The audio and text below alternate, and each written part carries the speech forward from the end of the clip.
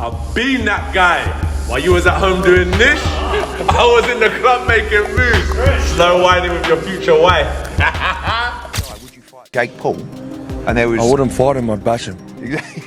Is he? Oh man, you look at Anthony Joshua, he looks like Anthony Joshua has confronted Jake Paul on Instagram Live. After Paul called him out for a fight, Joshua responded by saying he would fight him, but made it clear that he is focused on his own business and career. He emphasized that he doesn't engage in trash talk and isn't the type to go back and forth with. Words Joshua stated, "I'm not a talker like that," making it clear that he prefers action over words. Despite acknowledging Paul's challenge, Joshua remained professional, showing that he isn't interested in unnecessary drama, but is open to settling things in their... Good luck to him, man. Do your thing. I'm gonna do mine, he's gonna do his. What more can I say? I don't really need to talk. I just do what I do. I'm not a talker like that. I'm not a talker. I handle my business. That's all I need to know. You tell me in America what type of vim do I need to bring? I'm gonna do this, I'm gonna do that. I'm gonna do this and that and that and this. Trust me, I'm from the UK. We stand on our business. I'm standing on my business. I'm gonna handle mine.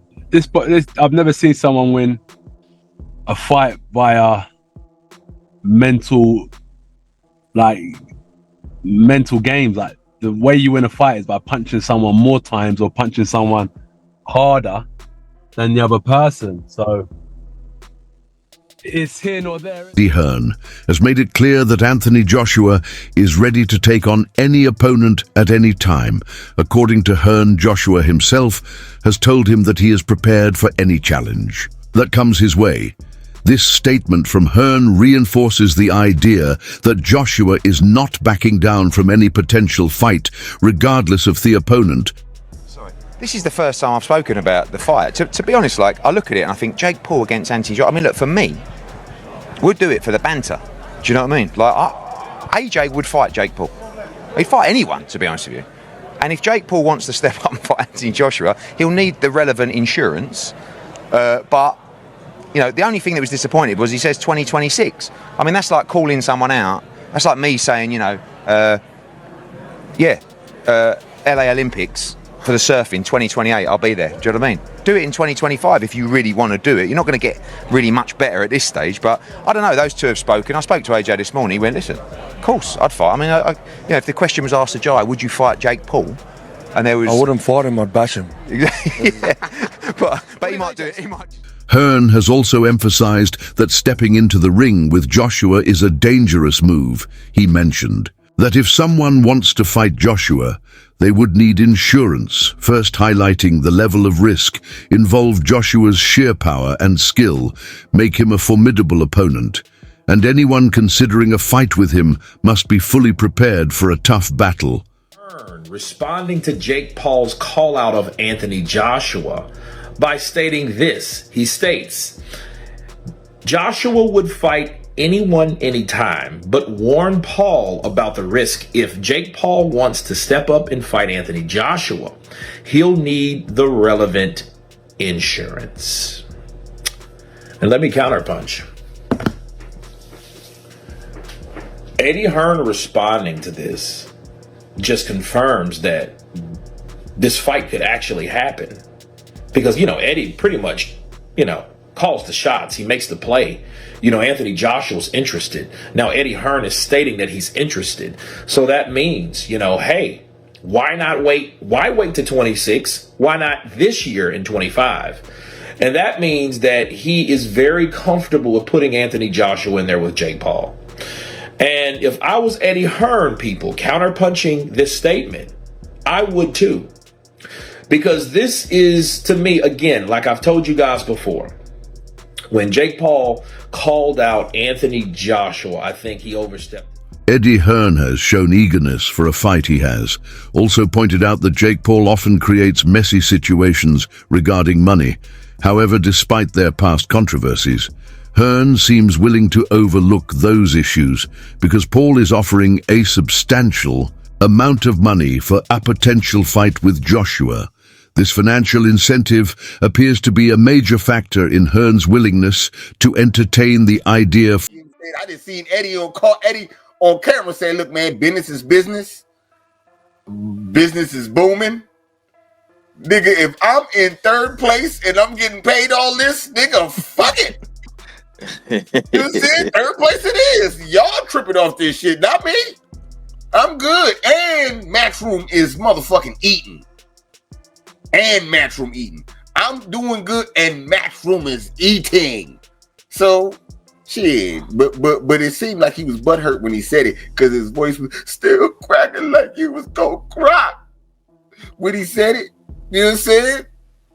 So, why wouldn't Jake Paul reach out to Eddie? Hey, man, look, man, we could draw up a deal, man. We could draw up a deal and I'll give you $50 million too. You said I can give you $50 million for AJ. But hold on. So you made me just think about something. Salute to my boy Brent Fox coming through.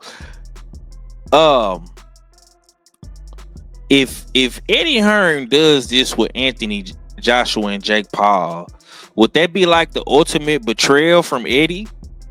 Or is it all like Jake, Paul has criticized Eddie Hearn, calling him two-faced and claiming that Hearn acts friendly in public but behaves differently behind the scenes. Paul's relationship with boxing promoters has been complicated, and his latest comments reflect his tendency to speak openly about his experiences. This adds another layer of drama to the ongoing discussions about a possible fight. And of course, Eddie Hearn is already preparing his excuse. Dude, he's preparing it. Yeah, that's what he does. He's a weasel. He's a snake. Snake guy right there. What do you mean he's a weasel? Man, I don't even know where to begin with him, but he's very two-faced. You know, I think off camera, he's like on your side, like, man, you do well, I love what you're doing actually, and like I really respect it, and blah blah blah, and you're gonna take this a long way. And then the cameras come on and he's like, you're not that good, da da da, saying all so he's this selling stuff. he's Like selling a backhand, it's like a backhanded compliment, or a backhanded diss. Like the way he words it and shit, he's like, oh, you're average. Well, average isn't that bad. Well, Eddie, what if I called your wife average? You know what I'm saying? Anthony Joshua has already proven himself by facing some of the best boxing fighters, including Alexander Usyk. Usyk, known for his exceptional technical skill, managed to defeat Joshua twice. These fights tested Joshua's resilience and determination, showing that he is willing to face top-tier opponents without hesitation. The belts were finally out of my possession, which I was expecting to win. It just kind of tore me apart, and that's raw emotion live on your screen. Obviously, looking back, could I have dealt with things better? Yeah, of course, but at the time that wasn't the priority. It was just outpour of emotion. There are so many athletes we're seeing across gymnastics, cricket, rugby and football that have taken time out of their sport to deal with their mental health before coming back in. Did you at any point in that period think, I need to take an extended break away from boxing before coming back in? It wasn't the fact I needed to take a break. You know what it was? I actually watched a lot of like fighters, they've taken time out of the game for those reasons as well. And I think, okay, if they've done it, I should be doing it. But I got to look at myself as an individual. And what it is, I feel like if I take time out, I'm letting everyone catch up. And I want to be ahead of the game. Joe Rogan has long admired Anthony Joshua's impressive physique. He has commented on Joshua's superhero-like build and incredible strength inside the ring. Joshua's disciplined training and athleticism make him stand out among other boxers, and Rogan believes that his physical capabilities contribute significantly to his successful HD. In a recent episode of his podcast, Joe Rogan humorously speculated about Jake Paul's plan to fight Joshua in 2026. Rogan joked that the long timeline might be because Paul wants time to put on all the steroids before stepping into the ring with a former heavyweight champion. This playful remark reflects skepticism about whether Paul is genuinely preparing for such a big fight. Boxers today, if you look at like Anthony Joshua, who's the heavyweight champion of the world now. Is he? You look at him. Yeah, he's a English fellow. He's a tank. I mean, he's a. Is he? Oh man, you look at Anthony Joshua. He looks like a superhero. Do those guys have as much stamina as these guys do, though? Oh yeah, they do Oh, today. they did? Yeah, because the conditioning methods that they have today are just so superior. They understand rest and recovery, and they monitor see. your heart rate, and they're monitoring lactic acid buildup. Shannon Sharp has voiced his opinion on the possibility of Jake Paul fighting Anthony Joshua. He stated bluntly that Joshua is way too big for Paul, suggesting that the fight would be an unfair matchup.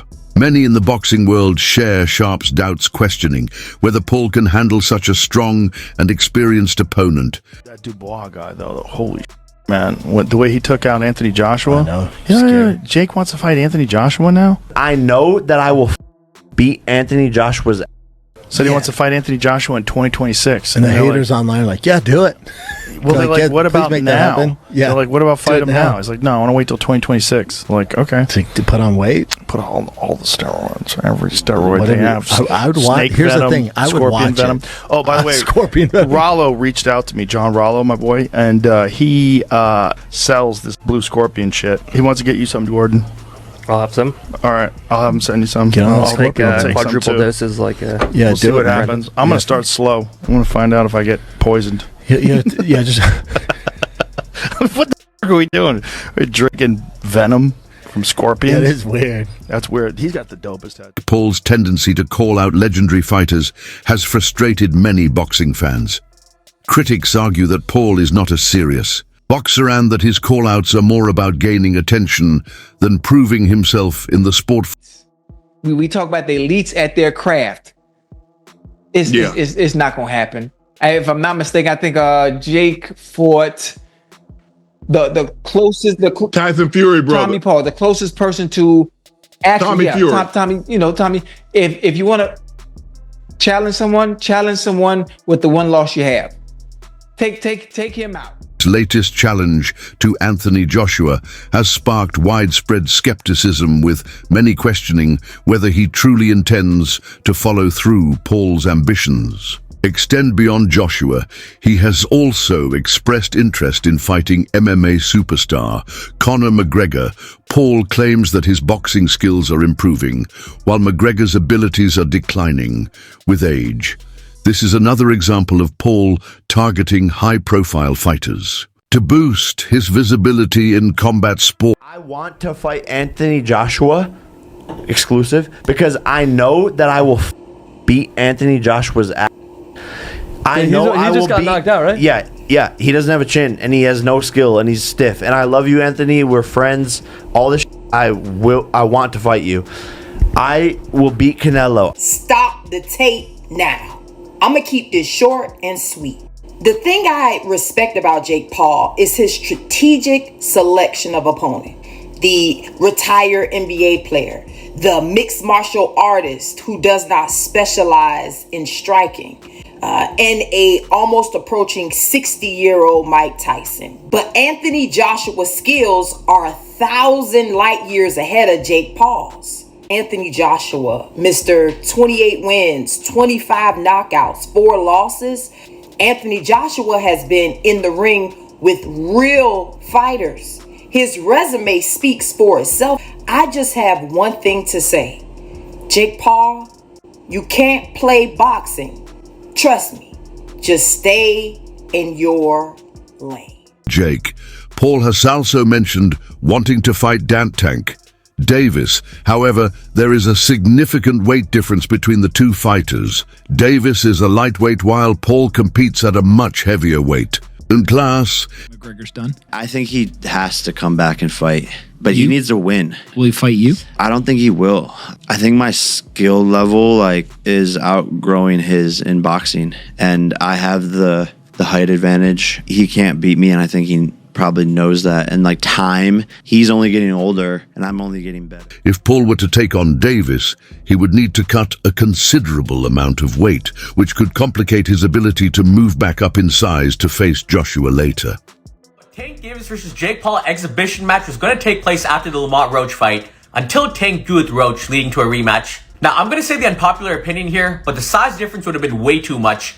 I mean, even if Tank brought Jake down to 190 or 200 pounds, he would have still been way too big. I mean, no matter how good a lightweight is, they would have almost no chance against a cruiserweight or heavyweight ranked top 200 in his division. And I'm sure people are going to bring up Floyd Mayweather versus Logan Paul, but Logan is just not a good boxer relative to Jake. You know, Jake's been training for a couple years, he's had over 10 pro fights, and Mayweather was also junior middleweight in this fight, not a lightweight like Tank. But that being said, I'm glad Tank and Jake isn't happening. You know, it would have been a fun spectacle, but I'm not the biggest fan of the exhibition stuff.